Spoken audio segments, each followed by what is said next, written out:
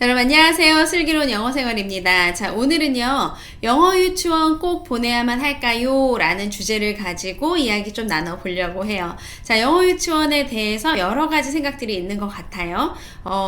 보내는 게 좋다, 아니면 보내봤자 별 소용없더라, 뭐 여러 가지 이야기가 있는데 정답이 없기 때문에 항상 고민을 하시는 것이 아닐까 생각이 들고요. 저는 엄마들 입장이라기보다는 학원장의 입장에서 영어 유치원의 장점과 단점들을 좀 뽑아드려 보려고 해요. 그래서 잘 들어보시고 어떤 것이 우리 아이와 잘 맞는지를 보신 후에 어머님께서 결정하시면 될 것 같아요.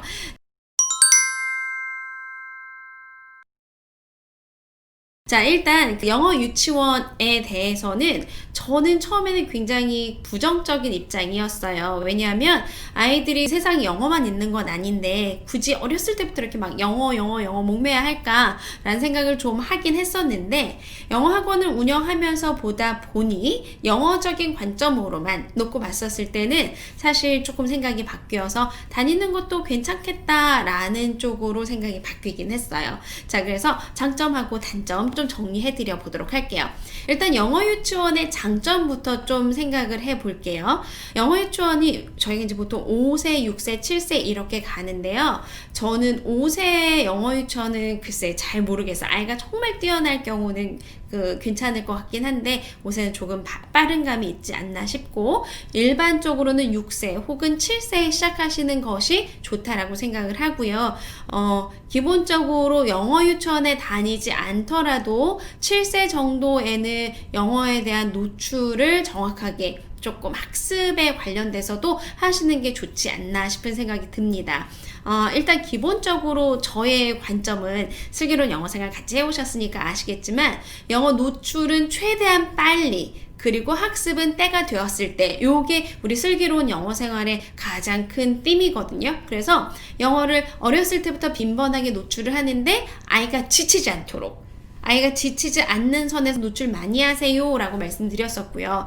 그리고 아이가 정말 영어를 좋아하고 언어적인 감각도 있다라고 하면 일찍 보내서 영어를 좀 편하게 가져갈 수 있도록 하는 것도 굉장히 좋은 것 같아요.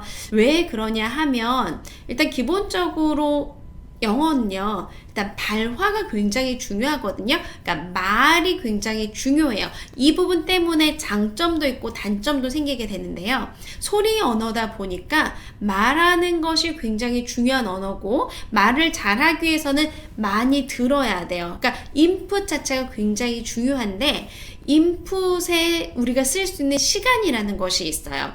아이들이 얼마만큼 인풋에 시간을 쓸 수 있는가를 가만히 생각해 보면, 유치원 때는 특별히 하는 것이 없기 때문에 오로지 그 시간을 오롯이 영어에다가 쓸 수 있기도 하거든요. 그러니까 영유에 간다고 했었을 때 가장 좋은 점은 저는 인풋의 시간이라고 생각을 해요.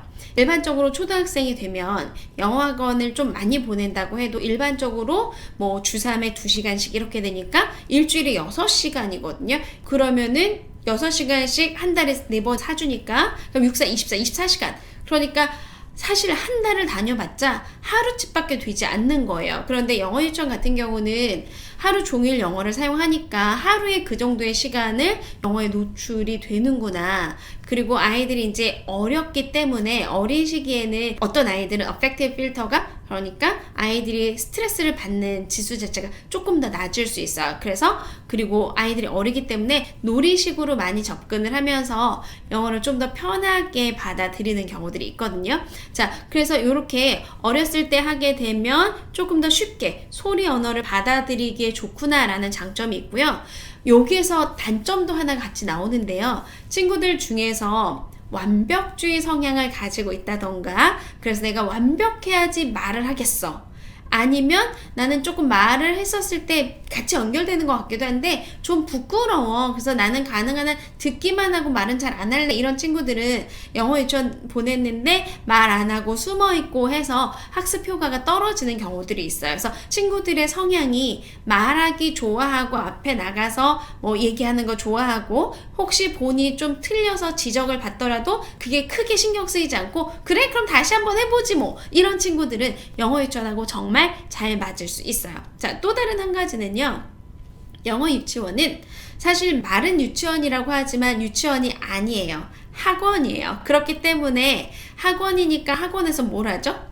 공부를 하겠죠. 영유 나온 친구들이 조금 더 학습 습관이 배어서 오는 경우들이 많아요. 그래서 일반 유치원 같은 경우는 아무래도 보육이 함께 들어가다 보니까 학교 가는 연습을 유치원 끝날 때쯤 같이 하는데 영유는 조금 더 일찍 학습 습관을 잡는 듯한 특징들이 있습니다.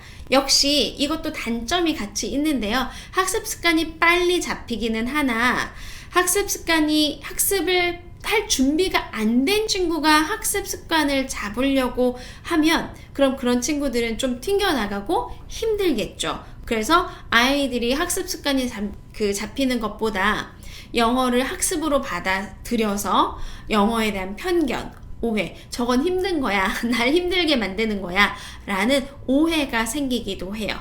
또 다른 한 가지는 가장 큰 것이긴 한데요.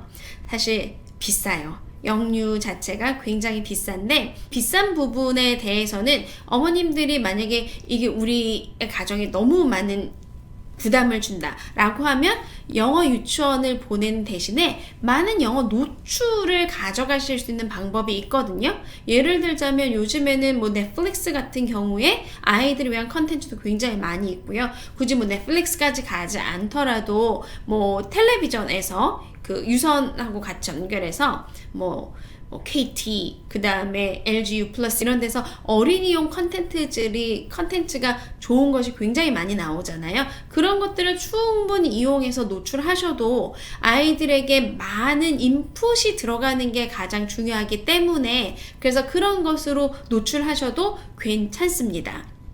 그래서 아이들이 영어를 조금 더 일찍 잘 받아서 느끼고 말하고 하는 것들 연습해 오면 사실 학원장 입장에서 봤을 때는 아이들이 이미 어느 정도 기본이 되어 있는 상태이니까 이 아이들을 조금 더 키워줄 수 있는 여지가 더 많이 있기도 합니다. 자, 그런데요, 영어 유치원의 가장 큰 단점이라고 하면은요, 가끔 가다 보면 굉장히 주입식으로 교육을 시키는 경우들이 있어요. 6, 7세라고 하는 나이는 아까 말씀드렸던 것처럼 언어가 폭발적으로 증가하는 시기잖아요. 그런데 단순하게 언어만 증가하는 게 아니라 언어는 그의 사고와 함께 자라나는 거기 때문에 사실 언어가 늘어난다는 얘기는 이 아이의 생각 주머니 자체가 커진다라는 얘기를 하는 거거든요. 하지만 지나치게 학습을 강조하고 지나치게 주입식을 하고 지나치게 아이를 시험을 보는 영어 유치원은 그것을 견딜 수 있는 아이면 괜찮겠지만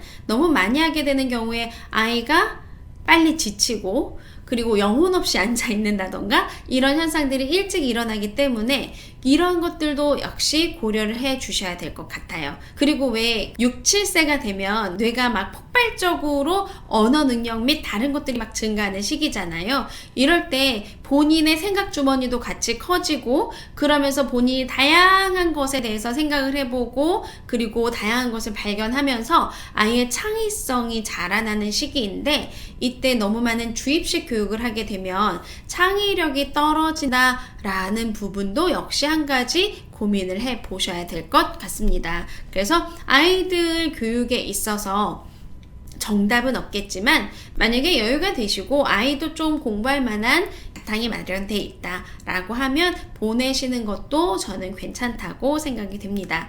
자, 만약에 그런데 영어 유치원을 안 보내겠어 라고 하셨을 경우에는 그럼 어떻게 해야 되느냐, 혹시 우리 아이가 영어 유치원을 가지 않았기 때문에 나중에 뒤떨어지는 것이 아닌가 라는 걱정이 되신다면 그 부분은 저희 다른 영상에서 다시 한번 다루도록 하겠습니다.